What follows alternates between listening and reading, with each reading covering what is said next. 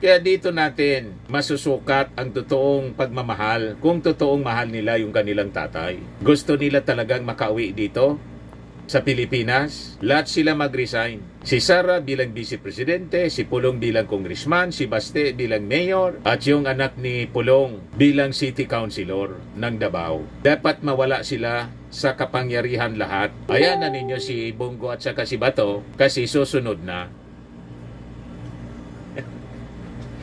Yun nga yung ating challenge lalo na kay Bato de la Rosa. Kung totoong mahal niya ang kanyang tatay na si Digong, bakit hindi pa siya nagpapakita after na sabihin ni Ombudsman Remulla na may nakita na siya na warrant of arrest laban kay Bato de la Rosa? Ayun, biglang nag-disappear.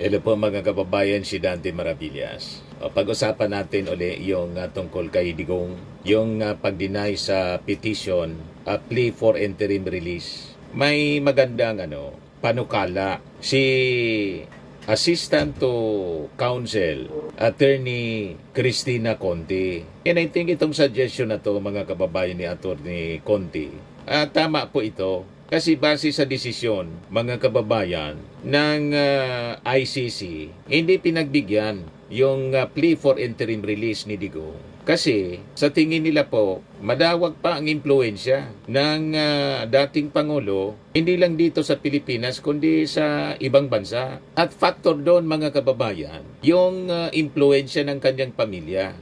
Kasi yung kanyang pamilya, si Sara Duterte, Vice Presidente, si Pulong, Mayor, Congressman, si Baste, Mayor, anak ni Pulong, Councilor. Di ba po? So malawak ang impluensya. Kaya sabi ni Atty. Conti, kung magre-resign si Sara Duterte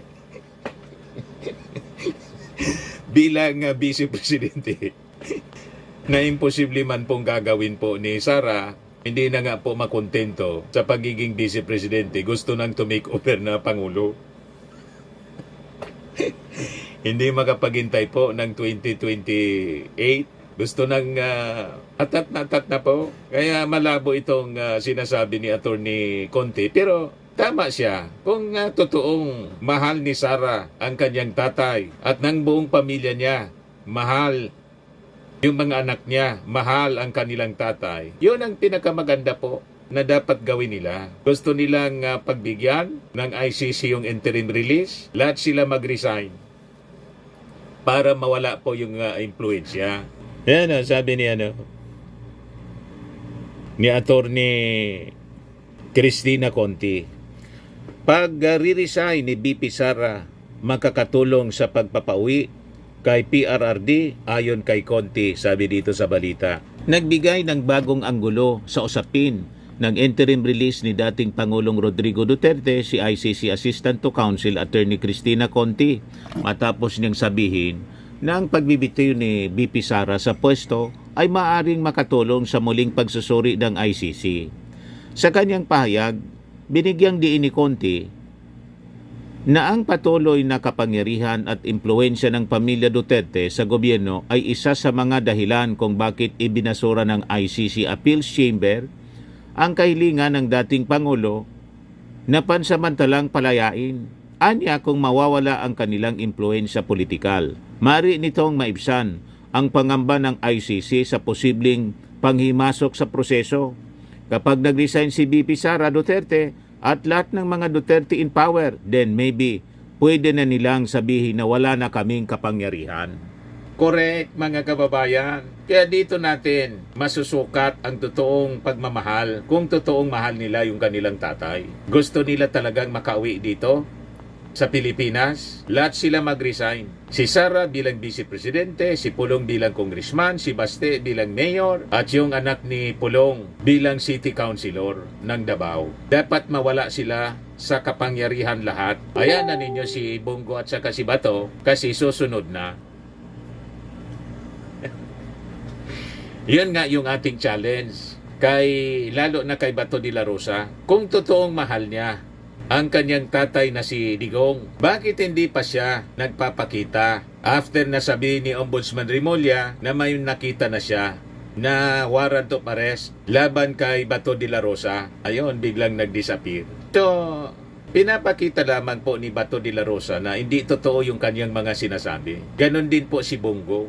Para may makausap na palagi. May reunion sila doon sa The Hague. Anyway, it is just a matter of time, mga kababayan. Yung pag-issue ng warrant of arrest. At ang sabi nga po ni John B. Remulla, DILG Secretary, yung nakitaan niya ni Ombudsman Remulla, yung kanyang kapatid, na warrant of arrest, digital copy niya, signed digital copy ng warrant of arrest. So ano pa?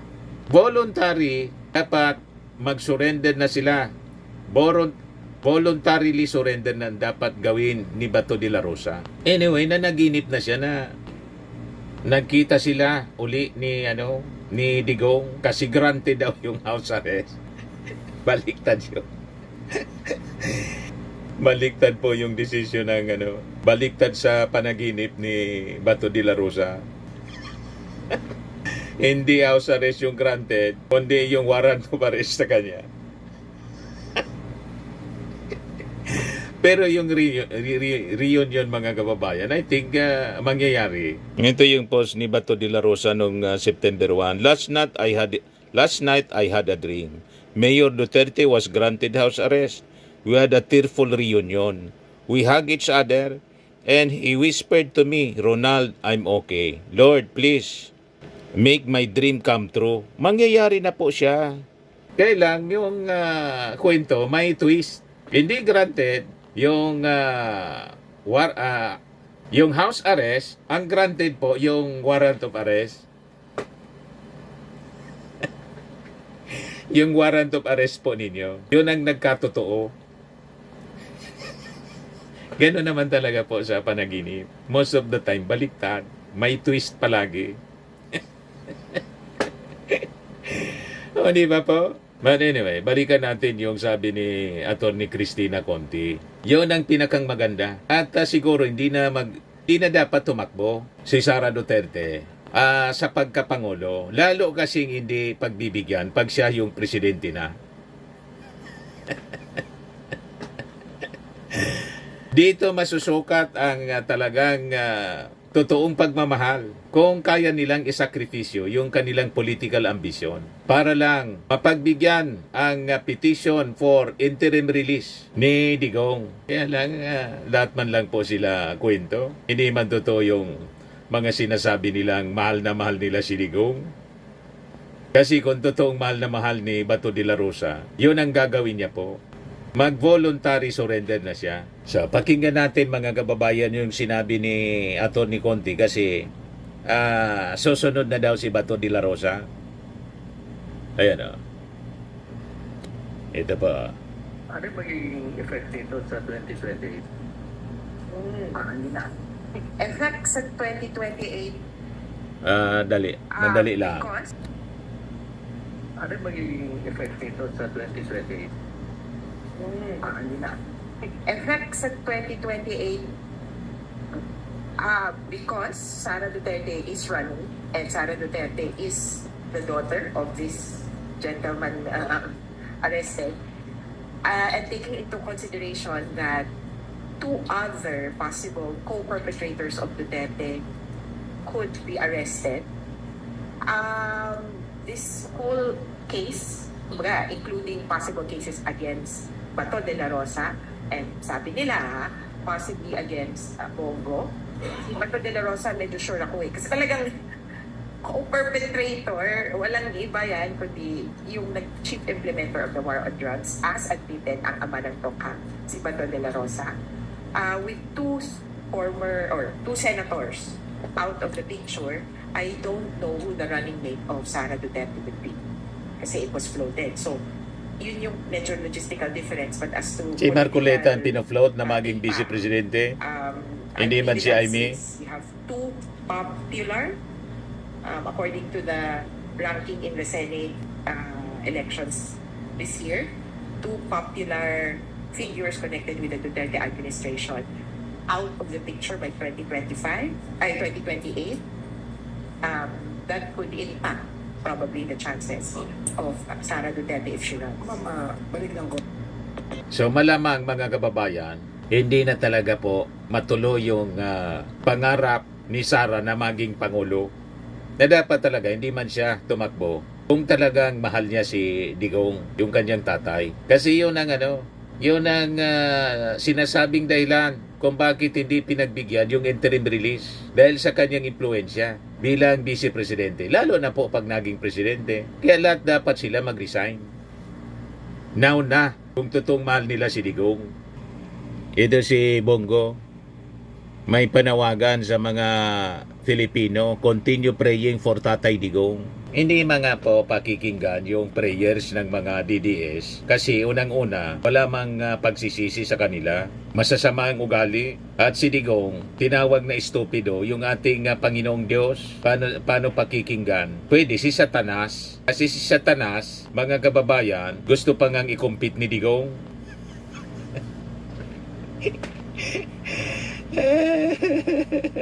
O ngayon si Panelo, dumaldal. Sabi ni Panelo, Duterte's ICC Council fell short anya on jurisdiction arguments, left out Filipino lawyers.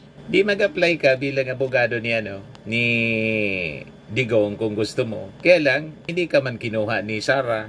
Walang tiwala sa inyo ni Roque. Di ba?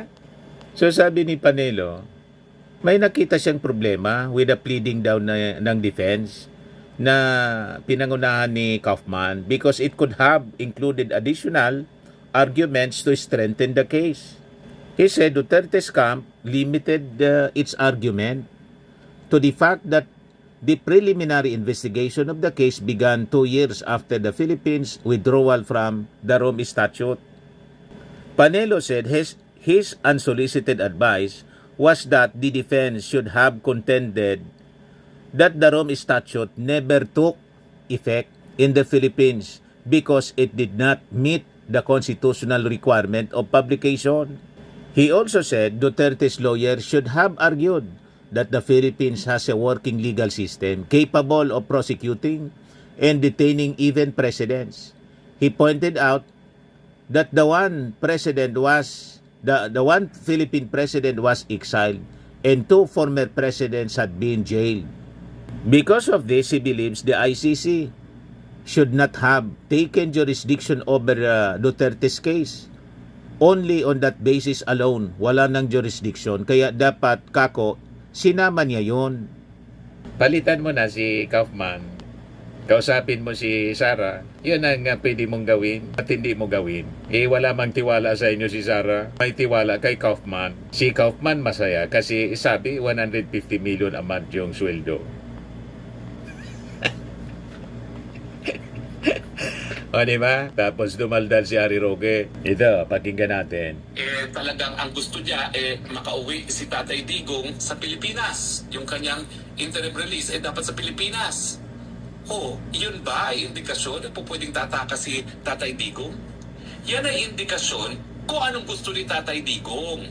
Na kung magkakaroon ng interim release, mas gugustuhin niya na pumunta sa Pilipinas.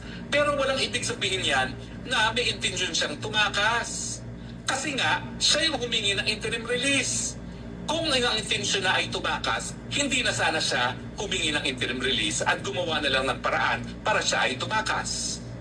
Ang sabi pa nila, well, ayan na kita mo yung anak niya, nagsabi na, ano kaya,